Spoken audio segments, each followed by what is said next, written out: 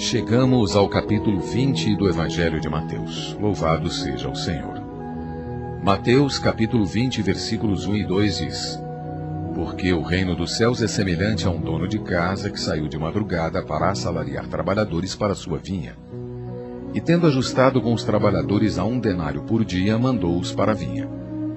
O dono da casa aqui é Cristo, amigo.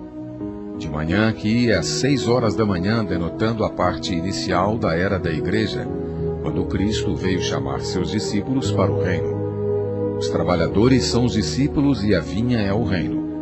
O ajuste falado no versículo 2 denota o ajuste que ele fez no capítulo 19, versículos 27 a 29. O denário é a recompensa que o Senhor ofereceu a Pedro em seu acordo com ele, no capítulo 19, versículos 28 e 29. Os versículos 3 e 4 dizem: Saindo pela 3ª hora, viu na praça outros que estavam desocupados e disse-lhes: Ide vós também para a vinha, e vos darei o que for justo. Eles foram. A 3ª hora era 9 da manhã, denotando a segunda parte da era da igreja.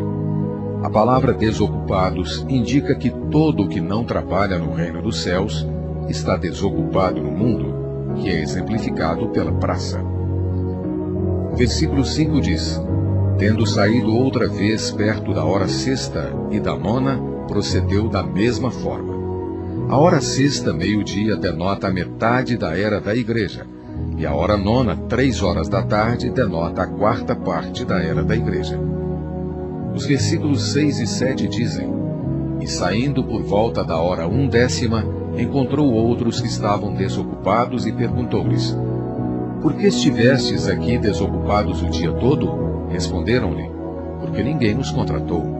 Então lhes disse ele: Ide também vós para a vinha.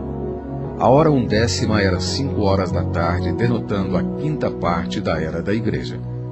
Os contratados à hora 1/10 disseram que estavam desocupados o dia todo, porque ninguém os contratou. Fora do reino de Deus, nenhum ser humano é empregado por Deus. Embora a hora fosse adiantada, o Senhor ainda os enviou à vinha.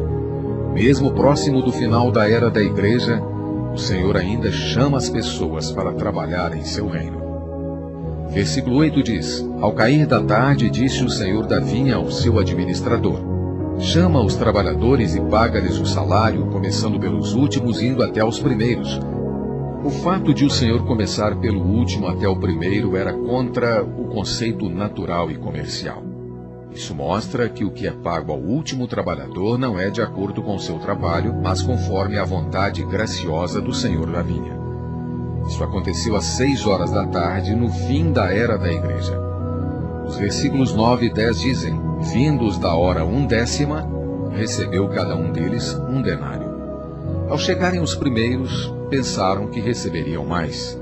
Porém, também estes receberam 1 denário cada um. Aqui vemos que o último e o primeiro receberam a mesma recompensa. Os primeiros trabalhadores mencionados no versículo 10 incluíam Pedro, Tiago, João, Pedro principalmente, que fez um acordo com o Senhor no capítulo 19, versículos 27 e 29. Para a surpresa dos primeiros assalariados, os últimos foram os primeiros a receber a recompensa, embora tenham trabalhado apenas 1 hora e não no calor do dia. Assim, quando os primeiros assalariados viram que os últimos receberam 1 denário, esperaram receber quantia maior. No entanto, eles também receberam 1 denário. Os versículos 11 e 12 dizem: Mas tendo-o recebido, murmuravam contra o dono da casa, dizendo: Estes últimos trabalharam apenas 1 hora, contudo os igualaste a nós, que suportamos a fadiga e o calor o dia todo? Os que foram contratados primeiro deveriam lembrar-se de Romanos capítulo 9, versículos 14, 15 e 20. Não há injustiça no Senhor. Ele tem misericórdia de quem ele tiver misericórdia. Quem são eles para replicar contra o Senhor? O conceito natural de Pedro, representando o de todos os crentes, era comercial.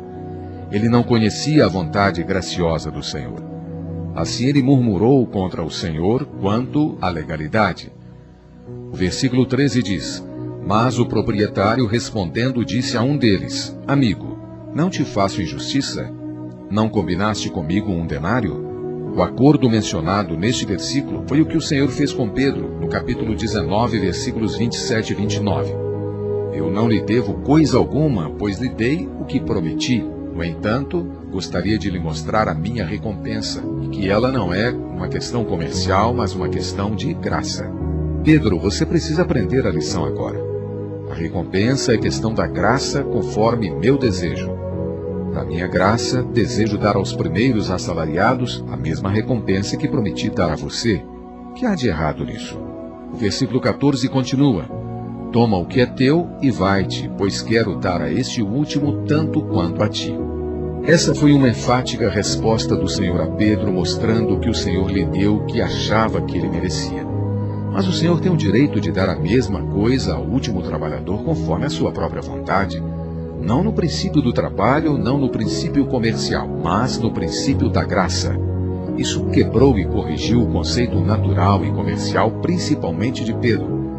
O versículo 15 diz: Porventura não me é lícito fazer o que quero com aquilo que é meu? Ou são maus os teus olhos porque eu sou bom? O conceito de Pedro, ao tratar com o Senhor no capítulo 19, versículo 27, era totalmente comercial, de acordo com o princípio do trabalho, não o princípio da graça. Em sua resposta a Pedro, o Senhor mostrou enfaticamente que sua recompensa para seus seguidores não é comercial, mas conforme seu desejo e graça. Para ganharem o reino dos céus, os discípulos precisam deixar tudo e seguir o Senhor. Mas o que ele lhes dará como recompensa é mais do que eles merecem. Não é conforme o princípio do comércio, mas conforme o bom prazer do Senhor. Isso é um incentivo aos seus seguidores. No versículo 16, o Senhor conclui esta parábola: Assim os últimos serão os primeiros e os primeiros serão últimos. Os últimos são os últimos trabalhadores e os primeiros são os primeiros trabalhadores. Para trabalhar, os primeiros vieram primeiro, mas ao receber a recompensa, os últimos se tornaram primeiros. É dessa maneira que o Senhor faz dos últimos primeiros e dos primeiros últimos. Não devemos ter uma mente comercial. A salvação é baseada na graça. O Senhor fez tudo por nós e não é necessário que trabalhemos. A recompensa do reino, contudo, é de acordo com o nosso trabalho, de acordo com o preço que pagamos. Se pagamos o preço, então o Senhor nos dará uma recompensa. Pode parecer que a recompensa seja obtida mediante nosso trabalho. Se pensarmos assim, então seremos como Pedro, com uma mentalidade comercial. Precisamos ser reeducados para ver que até mesmo a recompensa é baseada na graça. A maneira para receber a recompensa não é pagar o preço, mas desfrutar da graça. Aleluia! Ser salvo é receber graça e ganhar a recompensa é desfrutar a graça que recebemos. Quando cremos no Senhor, recebemos graça e fomos salvos. Após recebermos graça, devemos aprender a desfrutar a graça. Deixar todas as coisas e seguir o Senhor não é pagar um preço, é desfrutar a graça que recebemos. Não pense que você tenha sacrificado alguma coisa, não. O que você significa é refúgio. É vaidade das vaidades. Tudo sob o sol é vaidade. Sua educação, posição e futuro são vaidades. Refúgio não pode ser considerado um preço. Deixar todas as coisas é ficar livre e desprender-se. A graça nos liberta. Ser aliviado por desfrutar a graça, contudo, não é pagar um preço. Não estamos aqui pagando um preço, não. Antes, fui liberto. Antes, estamos desfrutando dessa libertação. Aleluia! Fomos libertados. Fui libertado de meus parentes, da minha fama, da posição, do futuro e de todas as coisas. Estou inteiramente livre. Louvado seja o Senhor. Não estou pagando um preço, estou desfrutando a graça. Todos nós precisamos abandonar a mentalidade comercial. Não estou pagando um preço, estou diariamente desfrutando graça. Senhor, tudo o que me dás não é um reembolso. Tudo o que me dás antes é um desfrute adicional de ti mesmo, é um desfrute da graça. Creio que estamos no último grupo de trabalhadores, os contratados às 5 horas da tarde. Mas seremos os primeiros a ser recompensados, embora não tenhamos trabalhado tanto como Pedro, Tiago, João e Paulo. Eles trabalharam todo o dia suportando o calor intenso. Mas nós trabalhamos por pouco tempo, no máximo alguns anos. Às vezes, não debaixo de um sol intenso, mas debaixo de um ar-condicionado. Talvez quando recebermos a recompensa, Pedro dirá a João: olhe, estas pessoas estão recebendo a mesma recompensa antes de nós. Mas esse será o cumprimento da palavra do Senhor de que os últimos serão os primeiros e os primeiros os últimos. Talvez João dirá a Pedro: Pedro, seja paciente. Se esses últimos estão recebendo tal recompensa, certamente receberemos muito mais. Contudo, Pedro e João podem ficar surpresos por receber a mesma recompensa que os últimos contratados. Mas o Senhor pode dizer a Pedro e a todos os contratados primeiro: eu não fiz um acordo com vocês? Minha recompensa não foi satisfatória? Não lamentem, mas tomem sua recompensa e vão para o trono. Não tenho direito de fazer as coisas conforme o meu desejo? Estou errado por ser bom? Um dia receberemos a mesma recompensa que Pedro e a receberemos primeiro.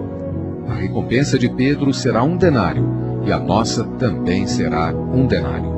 Esse denário, amigo, denota o pleno desfrute da vida divina em glória na manifestação do reino. Essa será a nossa recompensa. Após falar sobre as exigências do reino e sua recompensa, o Senhor ainda estava preocupado com a situação espiritual de seus seguidores. Por isso, após dar a seus discípulos uma definição sobre a recompensa do reino, ele lhes falou novamente sobre sua iminente crucificação e ressurreição. O Senhor também conhece nossa real situação hoje. Em 20, 17 e 19, o Senhor revelou pela terceira vez sua crucificação e ressurreição. A primeira foi em Cesareia de Filipe, antes de sua transfiguração. A segunda foi na Galileia, após sua transfiguração. Dessa vez foi no caminho para Jerusalém. A terceira vez que o Senhor revelou sua crucificação e ressurreição, ele novamente o fez a seus discípulos. O Senhor deve ter tido um propósito específico para fazer isso. Ele claramente disse aos discípulos que precisava ir a Jerusalém e ser entregue aos principais sacerdotes e escribas, ser condenado à morte, ser entregue aos gentios, ser escarnecido, açoitado e crucificado. Mas ao terceiro dia ressurgiria. Ele falou a seus discípulos a respeito de sua morte e ressurreição de maneira detalhada. Qual foi a reação dos discípulos à plena revelação do Senhor sobre sua crucificação e ressurreição?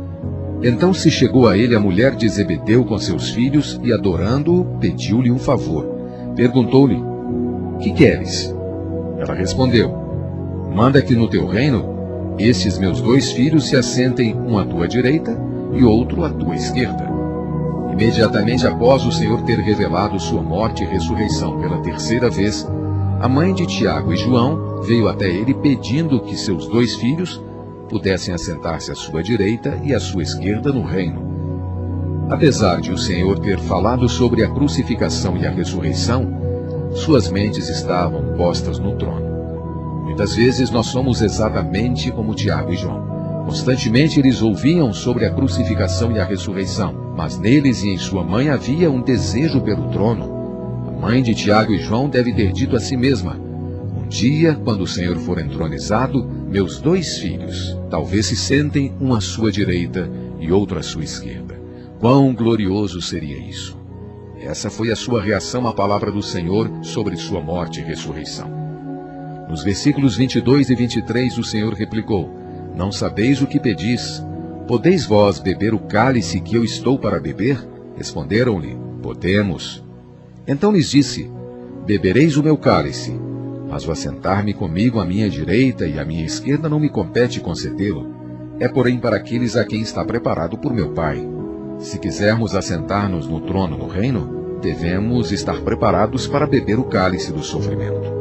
Suportar a cruz é o caminho para entrar no reino. Atos capítulo 14, versículo 22. O pedido egoísta da mãe de João e Tiago proporcionou uma oportunidade ao Senhor de revelar o caminho para entrar no reino. Ao responder à mãe de Tiago e João, o Senhor disse: o assentar-se à minha direita ou à minha esquerda não me compete concedê-lo. É, porém, para aqueles a quem está preparado por meu Pai. Versículo 23. Essas palavras mostram que o Senhor tinha um espírito submisso. Ele não presumiu coisa alguma, mas deu lugar ao Pai. Estando na posição de homem, o Senhor foi totalmente sujeito ao Pai, não presumindo ter direito de fazer qualquer coisa fora do Pai. Todos nós precisamos aprender a dar todas as coisas ao Senhor. No versículo 20 e 24 do Evangelho de Mateus, vemos a competição carnal dos discípulos. Ora, ouvindo isso, os 10 indignaram-se contra os 2 irmãos. Eles estavam indignados, aparentemente temendo que nada sobrasse para eles. Os 12 estavam cheios até a boca de ambição por posição, e nada sobre a morte e ressurreição do Senhor havia penetrado neles. Que situação lamentável! Se isso tivesse acontecido no capítulo 4, até podíamos entendê-los. Mas essa reação deles, após o decreto da constituição do reino, depois de tantas revelações sobre Cristo, sobre o desvendar do mistério do reino, e após experimentarem os muitos fatores negativos no caminho para a entrada na glória. Depois de tudo isso, os 12 ainda estavam inteiramente envolvidos com a questão da posição. Lucas 22, 24 diz que os discípulos estavam discutindo sobre quem seria o maior. Pedro, André, Tiago, João e todos os outros estavam brigando por grandeza. A indignação dos 10 discípulos deu ao Senhor a oportunidade de revelar o caminho para estar no reino, isto é, querer servir aos outros como servo, até mesmo como escravo, em vez de reinar sobre eles. Controlar os outros significa tomar decisões por eles e dizer-lhes o que fazer ou não. É pôr as pessoas sob sua direção. Devemos odiar esse tipo de controle.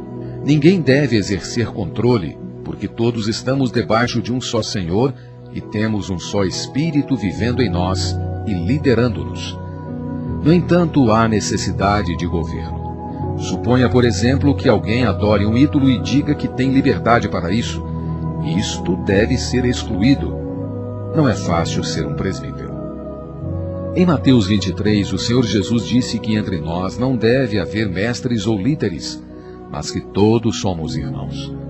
Mas quando o apóstolo Paulo se refere aos mestres e líderes, ele não se refere a reis ou a uma hierarquia. Assim, tanto o Senhor Jesus como o apóstolo Paulo falaram a mesma coisa. Sou grato pela palavra do Senhor. Sou grato pela palavra de Paulo em 1 Coríntios 12, 28, e pela palavra do Senhor de que aqueles que assumem a liderança devem tornar-se escravos, não dominadores. Visto que a ambição pela posição mata a vida do reino, precisamos acabar com o conceito de posição e hierarquia. Em 20, 29 a 34, temos um relato da cura de 2 cegos. O fato de tal incidente ser imediatamente o relato da mãe de Tiago e João indica que eram cegos. Eles devem ter pensado que estavam seguindo a Cristo, mas na verdade estavam à margem do caminho.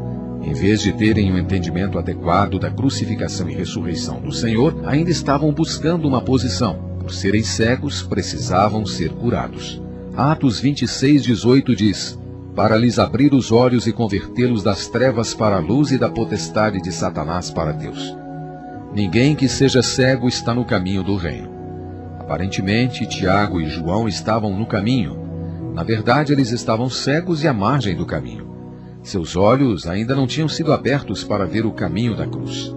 Em Mateus 20, de 17 a 34, vemos 3 coisas: o desvendar da cruz e da ressurreição, a pobre reação dos discípulos por causa de sua ambição de posição e a cura de 2 cegos.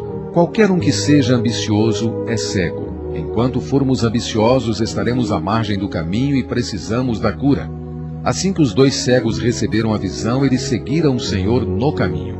Isso mostra que quando vemos a cruz e a ressurreição, estamos no caminho seguindo o Senhor. A cruz e a ressurreição significam muitíssimo para nós, mas a ambição de posição deve ser crucificada. Se formos ambiciosos, ainda seremos cegos e estaremos à margem do caminho. Não estaremos no caminho seguindo a Cristo. Já que somos cegos, precisamos ser curados.